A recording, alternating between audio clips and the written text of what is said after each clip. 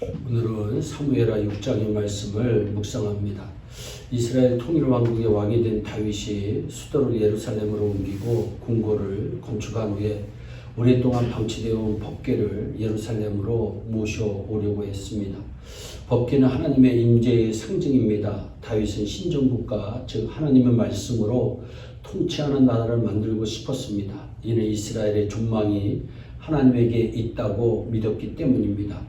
당시 법궤는 기럇 여아림의 산속 아비나답의 집에 있었습니다. 아비나답의 집에 있는 법궤를 예루살렘으로 모셔오기 위해서 다윗은 이스라엘 모든 지파 중에서 3만 명의 건장한 장정들을 선발하였습니다.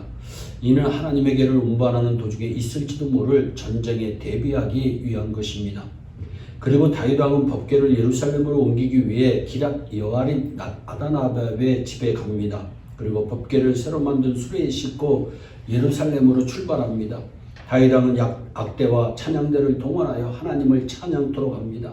그리고 백성들은 너무나 기뻐서 춤을 추며 노래합니다. 법궤를 운반하는 도구는 소가 끄는 새 수레였습니다. 수레는 아비나답의 두 아들인 우사와 아요가 끌었습니다. 원래 성소의 모든 기구를 운반하고 보관하는 책임은 레위 지파의 고아 자손에게 있었습니다. 또한 법궤는 레위인들이 어깨에 메어 운반하게 되어 있습니다. 그런데 다윗은 법궤를 옮겨야 한다는 생각 하나만으로 자기 방식으로 법궤를 옮겼습니다. 오늘도 하나님의 교회에서 하나님의 일을 할 때 하나님의 방법이 아닌 세상적인 방법으로, 자기 방법으로 하는 것은 극히 조심해야 합니다. 다윗 왕은 법궤를 옮기다가 큰 재앙을 만납니다. 우사와 아요가 수레에 법궤를 싣고 소를 몰았습니다. 그런데 나곤의 타작마당에 이르렀을 때에 소들이 놀라서 갑자기 뛰는 바람에 수레가 실린 법궤가 심하게 흔들려 떨어질 지경에 이르자 우사가 법궤를 손으로 잡았고 그는 그 자리에서 즉사합니다. 성물을 제사장들이 덮으면 고아 자손들이 메고 푸는 일은 하게 되어 있었습니다. 아무나 성물을 만지면 죽는다고 민수기서 4장 15절에 하나님이 경고하셨는데 다윗은 이것을 몰랐습니다. 결국 우사의 죽음으로 법궤 이동은 중단되었습니다. 그리고 다윗은 두려워했습니다. 다윗은 법궤를 가드 사람 오벳 에돔에게 맡깁니다.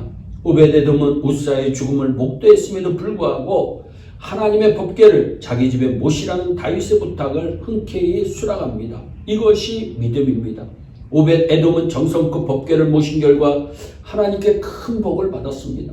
오늘도 마음에 부담이 될지라도 하나님 말씀을 기쁨으로 순종할 때 하나님이 그에게 복을 내려주십니다. 법궤를 정성껏 모신 오벳 에돔이 큰 복을 받았다는 소식을 들은 다윗은 중지했던 법궤 이동을 다시 재개합니다. 그는 지난번에 잘못을 깨닫고 이번에는 레위인들에게 법궤를 매게 합니다. 법궤를 맨 레위인들은 6걸음을 걸은 후에 하나님께 정성스럽게 제사를 드립니다. 다윗이 하나님께 제사를 드린 것은 이전의 실수와 잘못을 속죄하고 이번에는 한 걸음 한 걸음 주님이 인도해 주시고 축복해 주시기를 원했기 때문입니다. 다윗은 법궤를 운반하는 동안 계속 노래와 악기로 하나님을 찬양케 했고 자신은 배에 에봇을 입고 기쁨으로 어린아이같이 춤을 춥니다. 레위인들에 의해 법궤는 무사히 예루살렘에 도착하여 안치되었습니다. 법궤가 다윗 성으로 들어올 때 다윗 왕이 너무 기뻐서 춤을 춥니다.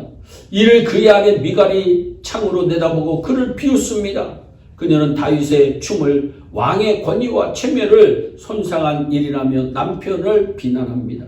이것이 아내 미갈의 신앙이었습니다. 다윗 부부는 신앙의 수준이 달랐습니다. 남편보다 아내가 못했습니다. 이는 친정아버지 사울이 신앙의 모범을 못 보였기 때문이었습니다. 그러므로 부모의 신앙이 중요합니다. 오늘도 부부간의 신앙적 수준이 차이가 날 때 의견이 다릅니다. 예배드리는 자세가 다르고 말씀 듣는 태도가 다르고 기도하는 내용도 다르고 봉사하는 수준도 다르고 헌금 드리는 액수도 다릅니다. 남편을 비난한 미갈은 하나님께 저주를 받았습니다. 자식도 낳지 못하게 되었습니다. 그러므로 오늘도 하나님의 일을 함부로 폄하하고 비난하는 말을 조심해야 합니다. 오늘도 목사, 장로, 집사, 권사, 교사, 찬양대원들이 믿음으로 하나님을 기쁘시게 하며 예배드리고 봉사할 때 헛된 말, 비난하는 말, 조롱하는 사람들이 있습니다. 이는 미갈의 저주를 자초하는 사람들입니다. 혹 지난 날을 알지 못해서 미갈같이 함부로 말을 했다면 회개하고 앞으로는 복을 받는 말만 하시기 바랍니다. 사랑하는 성도 여러분, 복받는 편에 서 계세요. 복받을 말을 하세요. 저주받을 말 하지 마세요. 망할 짓 하지 마세요. 잘난 체하며 하나님의 일꾼들을 헛들지 마세요. 남편이 하는 하나님의 일을 함부로 비난하지 마세요. 경멸은 잠잠고 있는 것만 못함을 잠언서 11장 12절에는 말씀합니다. 다윗왕은 오직 하나님 중심으로, 말씀 중심으로, 예배 중심으로 백성들을 축복하는 왕이 되려고 했습니다. 다윗왕은 하나님을 기쁘시게 하려고 노력했습니다. 그래서 다윗왕은 복을 하나님께 받습니다.